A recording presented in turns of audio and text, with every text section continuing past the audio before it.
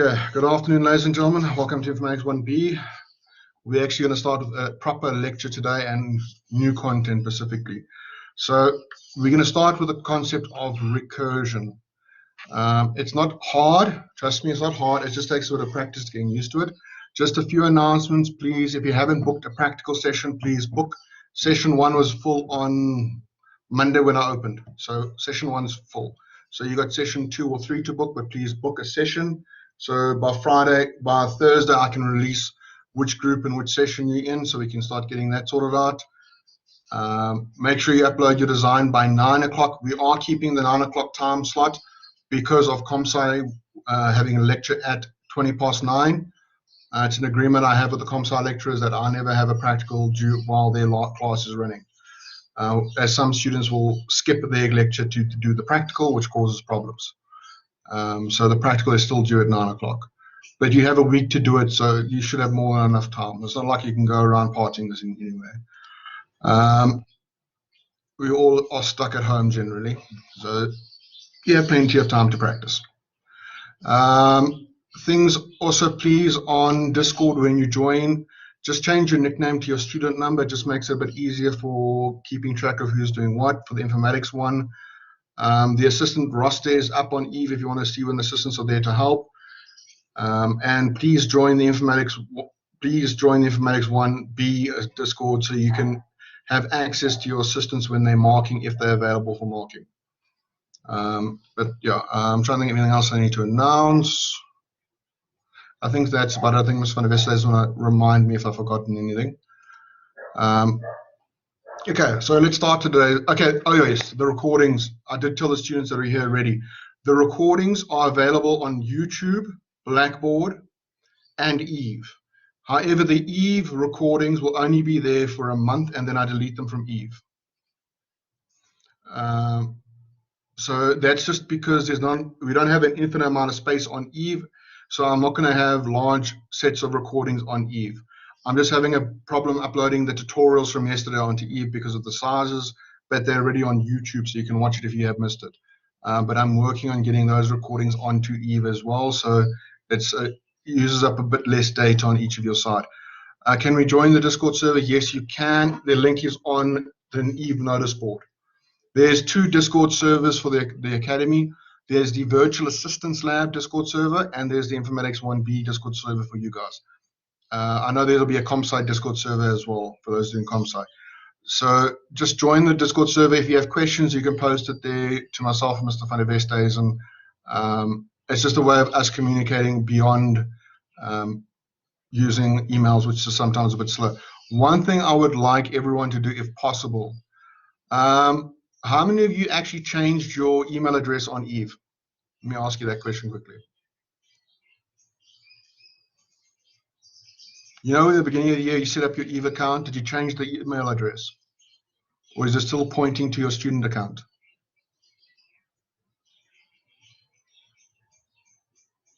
Okay, one person did. So, okay. A few of you did. Okay, some of you, how many of you actually check your student account?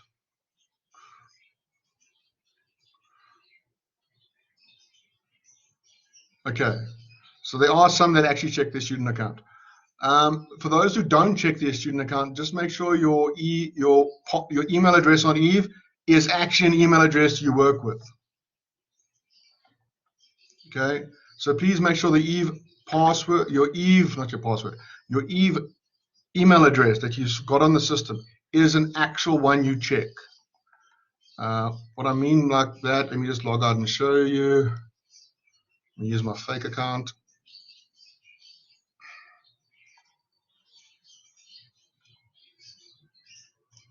Okay, so this is my fake informatics account. If I go here, change details, email address, that's actually my work email address, but wrong. This must be an email address you actually check, please. The link is here, notice board, informatics 1B, Discord server. Second notice board on Eve. Remember, go to the main, go to Eve, and then go to your informatics notice board. Okay, so it's available here. That's a Discord server. If you want to access the assistance lab, that is this Discord server. Where no, I've got a lot of subjects on this person's account. If the general Discord server is here for all the assistance lab. If you go to notices, informatics 1B, there's the Discord server. It doesn't have to be, okay, just a question in chat. Your email address doesn't have to be your personal address. It just needs to be one you actually check.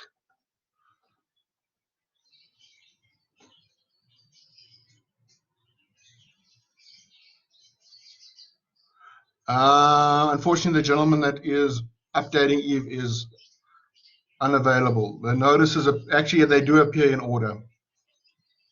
They appear in exactly the right order as I loaded them. So this is the sequence in which I load them.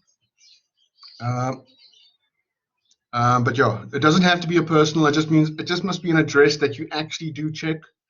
Because if we have to email you, because you registered for, okay, the question is, why does it keep all the notices for 1A as well? Because you registered for the module. We don't reset Eve every semester. We reset Eve once a year. So you still have access to everything you did last semester as well. Okay, so let's get down to the nitty-gritty of today, recursion. Okay, what we are going to do also to make the class a bit more interesting. Okay, thank you, Crosslink, for putting the Discord channel there. We're going to start most lectures with a general knowledge point or general knowledge about IT. Today's general knowledge is Lawrence Godin Tesla. Okay, he's a man you owe most of your work to. I think some people owe their degrees to him as well. He's the one that designed copy and paste.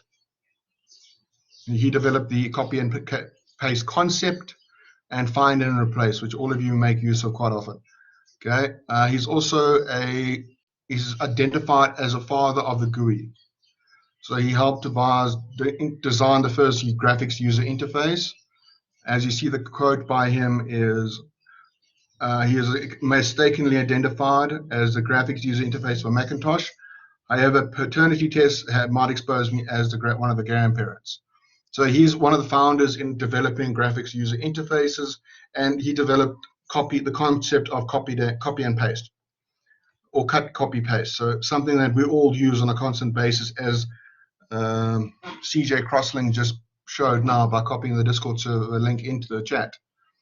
Okay, so it's someone that is quite important in the field of IT. He did actually provide quite a big, significant addition to IT in general. So it's someone that also has just passed away in February this year. So it's just general knowledge for you guys to start getting into the field of IT. It's good to know where things come from. So every lecture we're going to try and include a bit of general knowledge for the semester, like this. Larry Tesla, in terms of copy and paste. He actually provided more than that, but that's just some of the key highlights from his career. Okay, let's move on. Any questions before I move on? Everyone okay with that?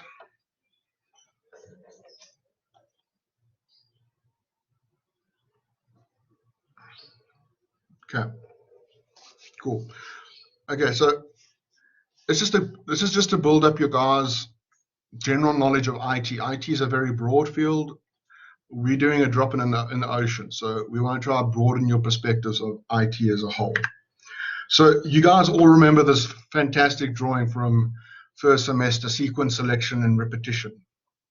Okay, now we're going back to this. We're going back to specifically to repetition. We've done iteration. You guys have done iteration.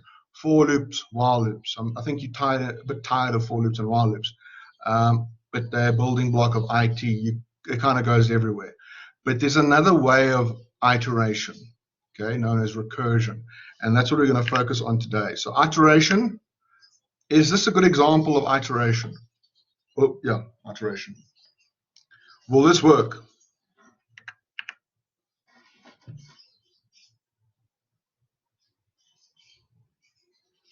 Okay, why not? What's wrong with it?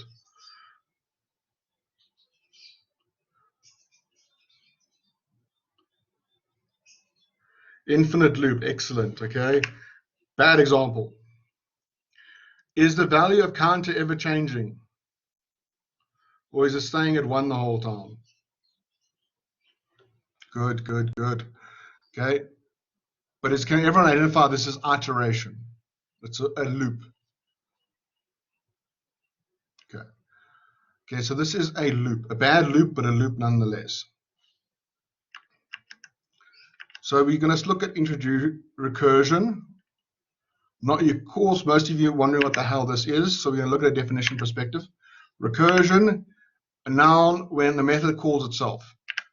See definition of recursion.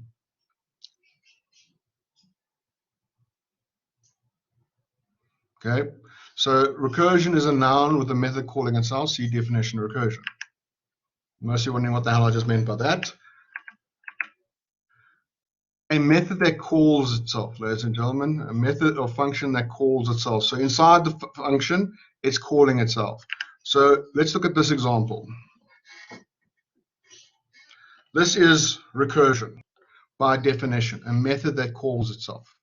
We have, I'm just going to get my laser pointer running.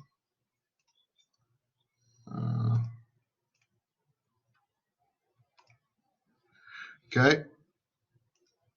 We have a function called calc 21, 3, and 2.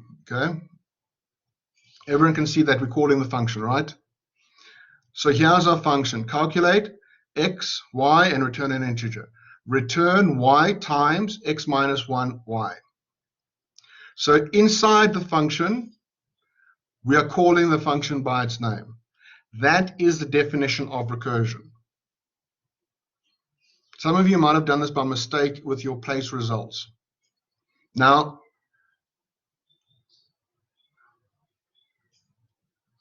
oh, the point of the underscore. That's to just put it on another line. If the line's too long, you can put it on another line using underscore. But can everyone see what I'm talking about recursion, where a function is calling itself inside itself?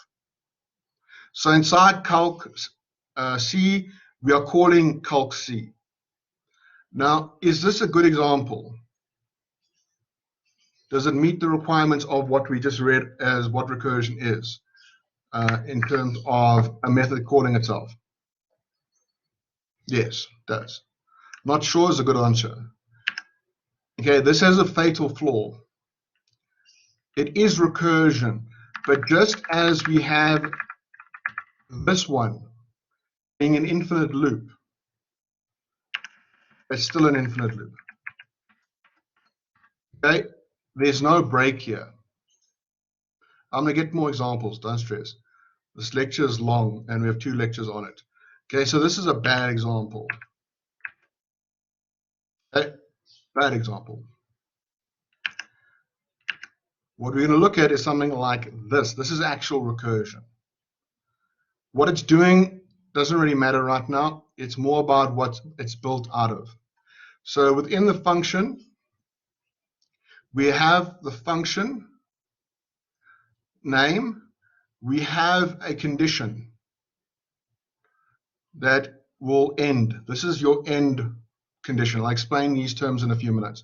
So when we say that x is less than or equal to 1, return y. Okay? If x is greater, some of you are jumping the gun with me. I'll get to that now.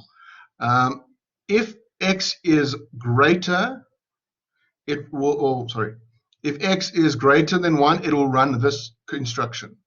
So it'll keep running this, and you notice that every time we run, x goes down by 1. So we reduce the value of x by 1 until it eventually reaches the breakpoint and stops. So this is our conditional structure. So there's 2 parts of this. What's the difference? So what's the difference between this one and this one is the base case. Now, this is important to understand. This is your base case. This tells the computer when the function is going to end. When the recursive loop will end is your base case.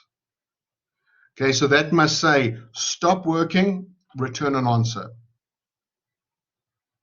Everyone okay with that, what the base case is?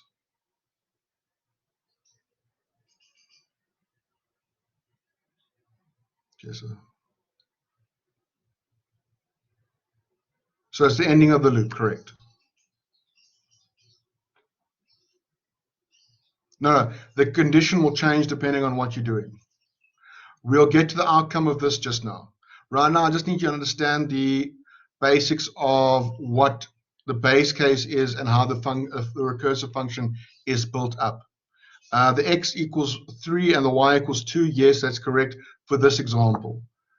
Okay, this is just a rough example of recursion. What is meant by the return y times calc? That's just the calculation. So every time I'll have to do a stack trace table to show you the results of this. Okay, so I'll show you how to calculate this later. But are you okay that this is the base case? This is going to get the basics underway, then we'll go into the nitty-gritty. I know some of you are comfortable with this being the base case. This is the end of the loop. Okay, cool. This section is called the recursive call. So to have recursion, you need two things. You need a base case and you need a recursive call. If you're missing either, you don't have recursion. If you're missing a base case, you have infinite loops, which then results in a stack overflow. I'll explain how that happens just now. And if you don't have a recursive call, you don't get recursion. Everyone okay with that point? So you need a base case and a recursive call. You guys good with that?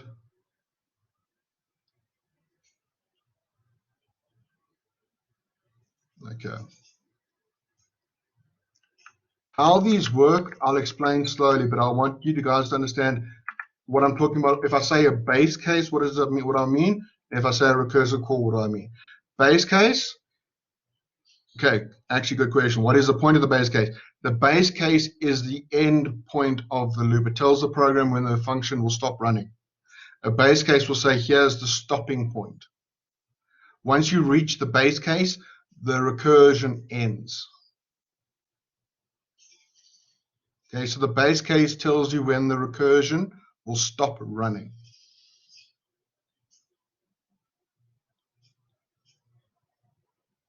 It's an exit flag. Like the condition for a while loop, yes. Okay, the both function of recursive call, I'll get to now. Okay. And okay, let's ask the question. Look, recursion, I'm not, you guys aren't going to get in the first lecture. We're still going to discuss it tomorrow again as well. What is the answer going to be for this? Anyone that want to guess?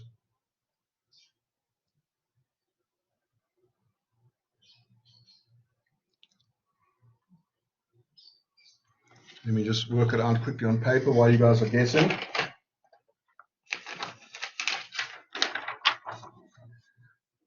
Using the calc, calling it with 3 and 2 will result in 3 times 3 times 3.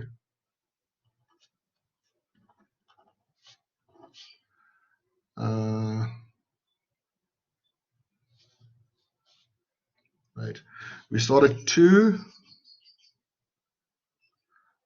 If we use the value, it'll be, if whatever value we use, y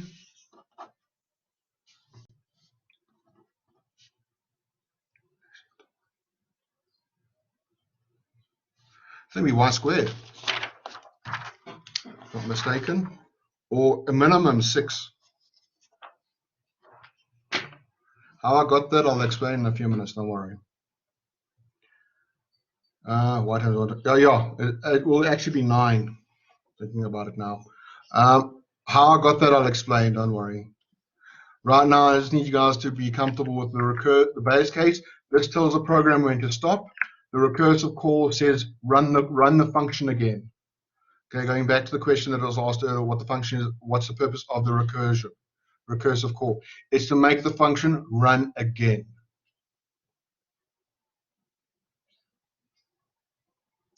The value of y will never be updated. The value of x will be updated. I think the gentleman in chat might have the right better answer. We'll have to do a bit of calculations just now. But is everyone comfortable with the base case and the recursive call? This base case tells the program when to stop. The recursive call tells it to keep going. Okay. The base case doesn't have to be the first thing. We're going to get about replacing it for for loops and while loops. Okay, so let's carry on. There's 2 types of recursion. It's indirect and direct. I'll explain what this is in a few minutes, but we're going to have a look here. So here, I went and pulled off from the internet yesterday a couple things of the comparison between a recursion and iteration. In terms of speed and elegance and overtime and everything. Most of the time, iteration is the better option. If you look at the pros and cons here, a recursion uses more storage, overhead runtime, runs slower, a better choice and more elegant solution. Okay, correct.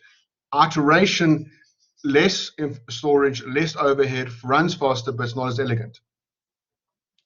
Now, going further,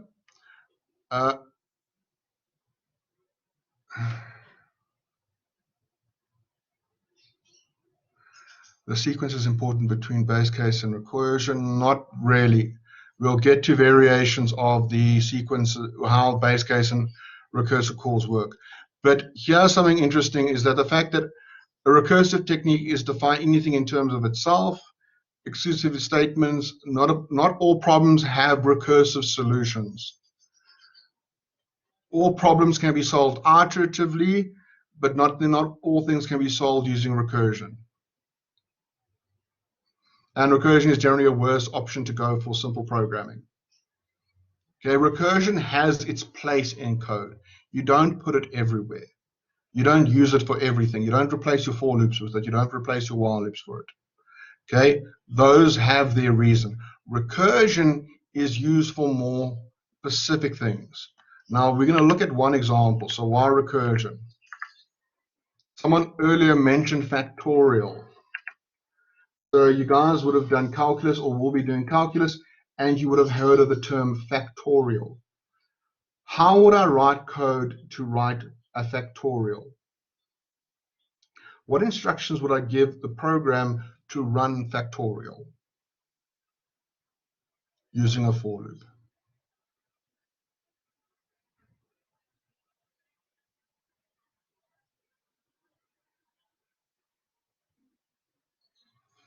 Okay. And this is what factorial is, if you guys have forgotten. Factorial is n factorial is equal to n times n minus 1 times n minus 2 times. Okay, so it's important to understand. So how would you do factorial using a for loop? Any ideas, any guesses?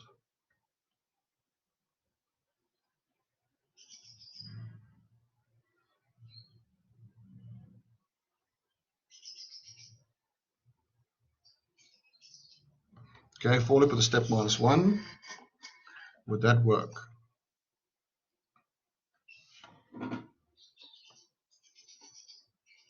Okay.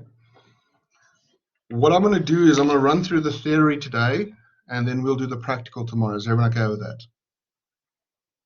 So it gives you time to think about these as well. So today I'm going to discuss mainly theory. Tomorrow I'll do this practical with you in the lecture. Okay. I'm not trying to avoid it, but I'm trying to get you guys to think about it before jumping in. Now we're looking at another common thing of recursion, Fibonacci. Okay, Fibonacci it's basically built on the breeding cycle of rabbits. Okay, so Fibonacci has a base case of f or Fibonacci of 0 equals 0 and Fibonacci 1 of 1 is equal to 1, and that's its recursive call. So what happens is 1 Fibonacci is 1, or 0 Fibonacci is 1, 1 Fibonacci is 1, 2 Fibonacci is 2, 3 Fibonacci is 3, 4 Fibonacci is 1, 2, 3, 4, 5. So Fibonacci is always the previous value plus the second previous value. I know it's a lot to take in right now, but that's how Fibonacci works. It escalates very quickly. So 0 Fibonacci, 1 Fibonacci, 2 Fibonacci, 3 Fibonacci is 2, Fibonacci of 4 is 3, 5 is 5, 6 is 8, 7 is 13. By the time we get to Fibonacci 19, we're on 4,181. Okay, so trying to do that in a for loop is also very difficult.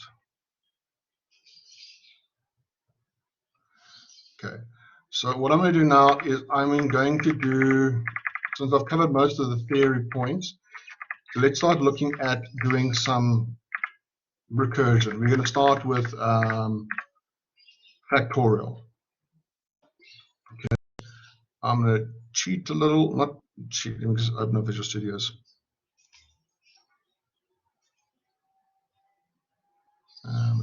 Project. Any questions you're unsure of, please post them in chat while I'm setting up. I know it's a lot to take in one quick sitting. We will adjust it, but it's just recursion. It's a concept that takes a bit of time to understand. So there's no real way for me to break it down into smaller points too quickly, else it's going to cause issues. So recursion. Actually, let's start with something basic so you guys can see a comparison.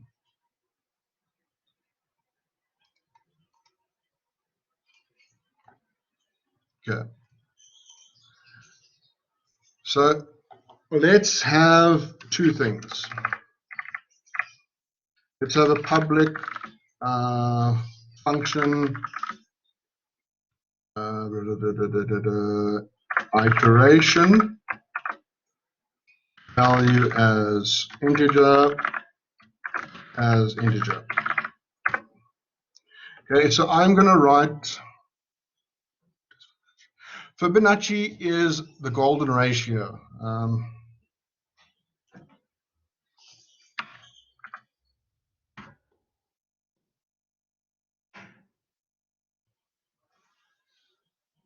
Just to maybe help you guys out here.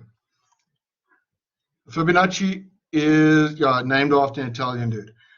It is the golden ratio of all things. In most anything has Fibonacci involved if it's going on the golden ratio. Okay, it refers to a sequence of numbers that the Italian guy designed to actually go through. Yes, it's a specific pattern, very specific pattern in adding up values. Okay, it's very old pattern. Oddly, the way a flower is structured is a Fibonacci sequence, how it is the structure of a flower. So it's found in most nature and most areas. So it is a specific mathematical sequence. So it's very fixed values that go Fibonacci. Okay. The question is, how do we write this in code? How do we translate this information into an actual code? And that's what we're going to look at today and tomorrow. Firstly, I'm going to show you how to do adding up of 1 to x value.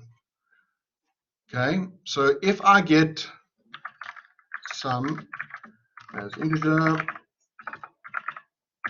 equals 0, so I'm trying to add all values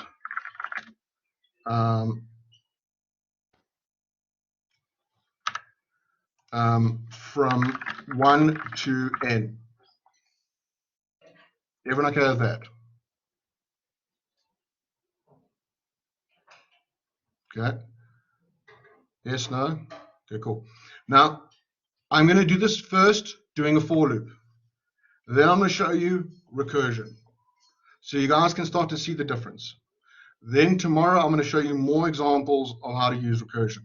Today, I just want you to get the base structure. So here, it'll be for B as int, or let's go C as integer equals 1 to n, sum equals C, and we return sum. Okay, you also can have the while loop approach. Sum equals 0, C dim C as integer equals 1, while C is less than or equal to n, sum equals sum, or so sum plus C equals C plus 1. Okay, so those are both, why is it complaining?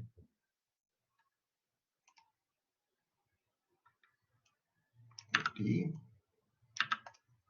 Okay, it's complaining about a conflict of words.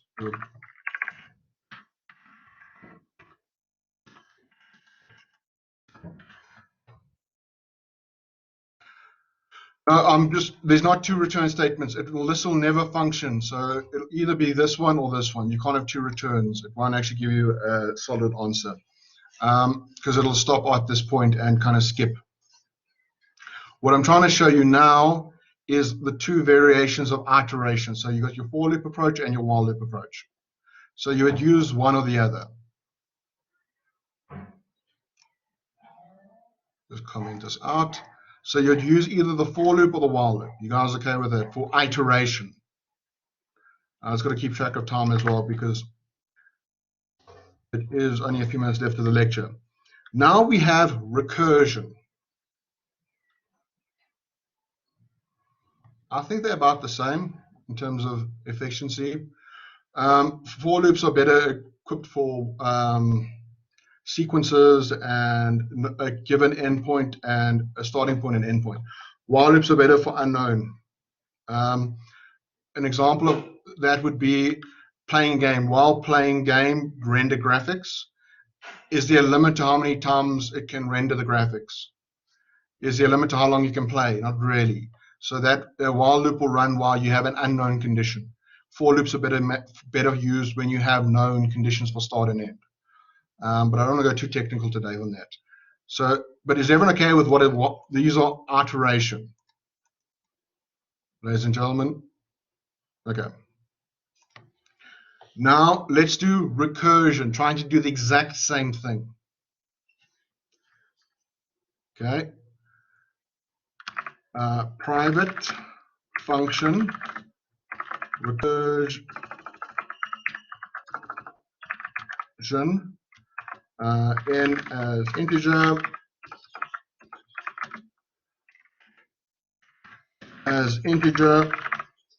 Okay, so when does it stop? We've got to have our base case. So when is this program going to stop?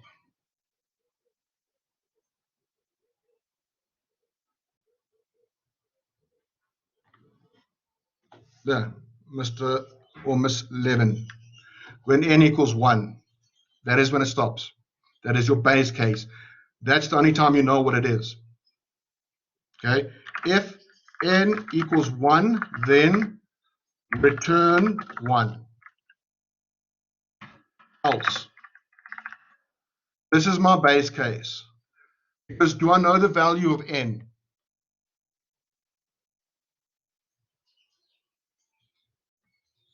Okay, I know it's going to reach 1 at some point. I know it's going to reach 1 at some point. So that's my base case where it's going to stop. But I need it to add every time. So I return n plus recursion. This is where it gets a bit messed up. n minus 1. So what's going to happen is the first time it's going to go n, the next time it's going to go n minus 1, and then n minus, and minus, and minus, and minus. This is actually recursion. This is doing the exact same thing as these two above, because that's what we know n is. The question is, why are we returning 1 when n is 1? Because when n is 1, the answer is 1. Now, to understand,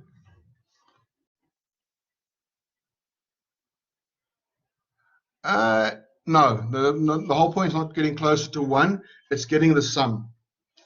Okay. If you say return n, it's never going to, it won't actually work. So if you do that, it won't give an answer. Well, it give you the value of n only. If that's your, are you talking about here or here?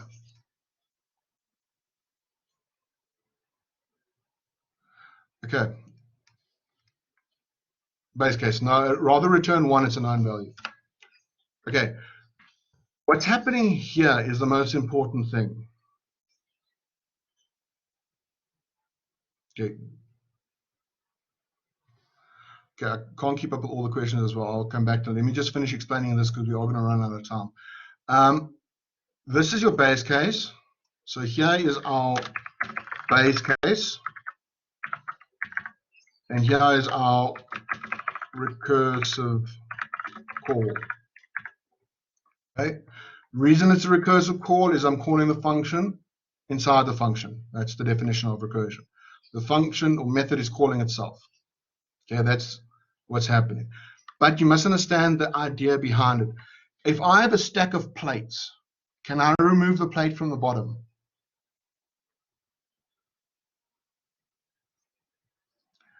You could, but you would break all the other plates, right? Or make a mess. So if you're fast enough, you're still going to probably break one. Okay, so the idea, what happens is every time we call, I'm going to have to open up Paint for this. This is a concept that takes a bit of practice. Every time we call a function, a stack is built. Okay, I know I'm building the stack lopsided, but I'm doing that on purpose. So every time we call a function, it's going and adding onto the memory information. It keeps doing this until a call stack. So it keeps doing this until it reaches the base case. So it'll keep doing that until n equals 1. Everyone okay with that point? So it keeps building the stack higher and higher until n equals 1. When n equals 1, it starts to return information. So it starts to return back previous information. So I suck at drawing. So it's going to return there. And then this one's going to return here. Then this one's going to return here. This one's going to return here, and return here until we reach the end. So at the end, we don't get a value of 1. We get the value of everything built up. Because every time we return the value of n plus the next function.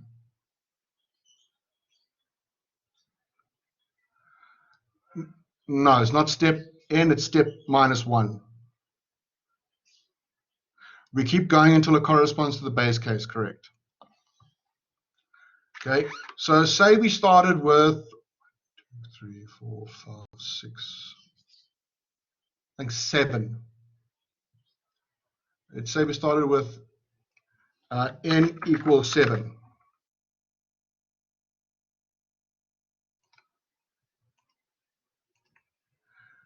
So we're going to have 7 plus recursion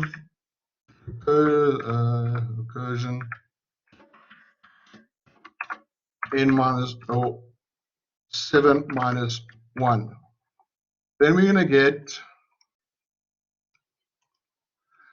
6 plus recursion, can't spell, but I need to type quicker, 6 minus 1. Then we're going to get 5 plus recursion 5 minus 1. And we're going to get a call of 4 plus recursion 4 minus 1. Then we're going to get, because now this call n is 3, and we're going to get recursion 3 minus 1. Here n is now 2, and it's going to be plus recursion 2 minus 1.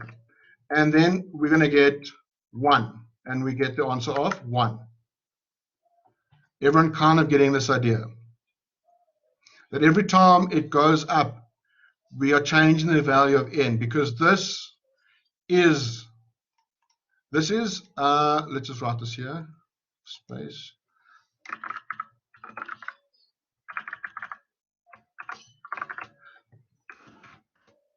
Okay. I know the spelling's wrong, but I'm also trying to keep track of time.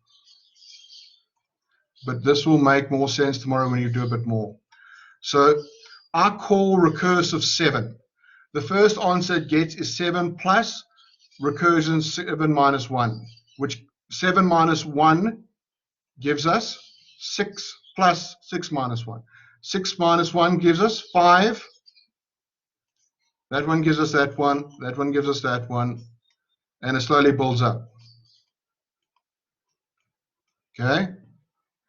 And then once it hits 1, there's nothing added on top. There's no more bracket. There's no more stack.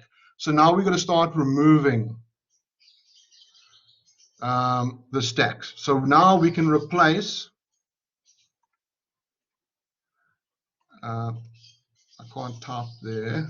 We can replace 2 plus this call with 1, because we know what, crap, I can't type in here. We know what 2 minus 1 is, it's 1. So here we get 2 plus 1.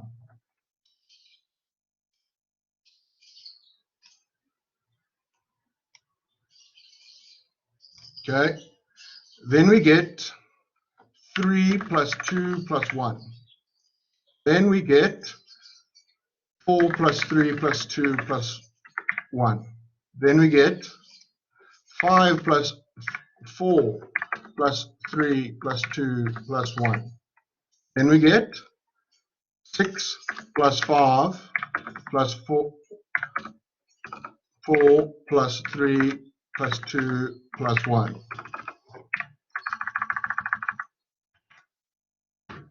Then we finally get to the last one, once removing all the stacks. 6 plus 5 plus 4 plus 3 plus 2 plus 1. And then that's the actual answer.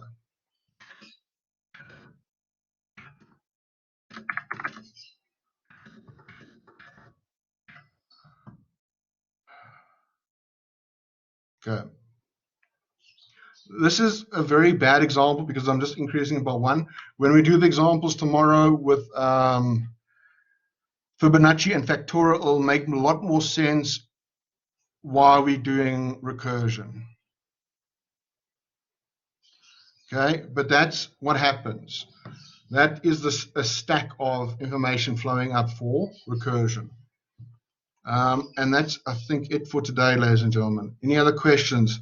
Again, I'm going to do what I've covered today more practically tomorrow in the lecture. I'm going to do factorials and I'm going to do Fibonacci recursion and then explain exactly how this works in more detail. Also, explain how to calculate an answer to this type of question, because this is something that's going to pop up in your semester test or exam, these type of questions. So this we will do. Factorial will use a multiple operator, but the way we write it out is very simple. factorial and Fibonacci in recursion is extremely simple. Any mathematical situation falls very, very easily into recursion. But most times a for loop and a while loop are better. But that's it for today, ladies and gentlemen. Session will be uploaded to Blackboard, YouTube, and Eve. Okay. But I'll see you guys tomorrow for class as well. And we'll cover this in practical tomorrow. Today was just the introduction. Okay. Then it must just return 1. Not really. It depends on what you're trying to get to.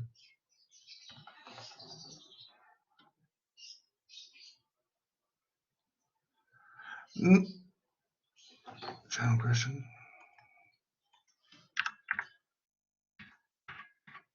I'm not sure what you mean by general question.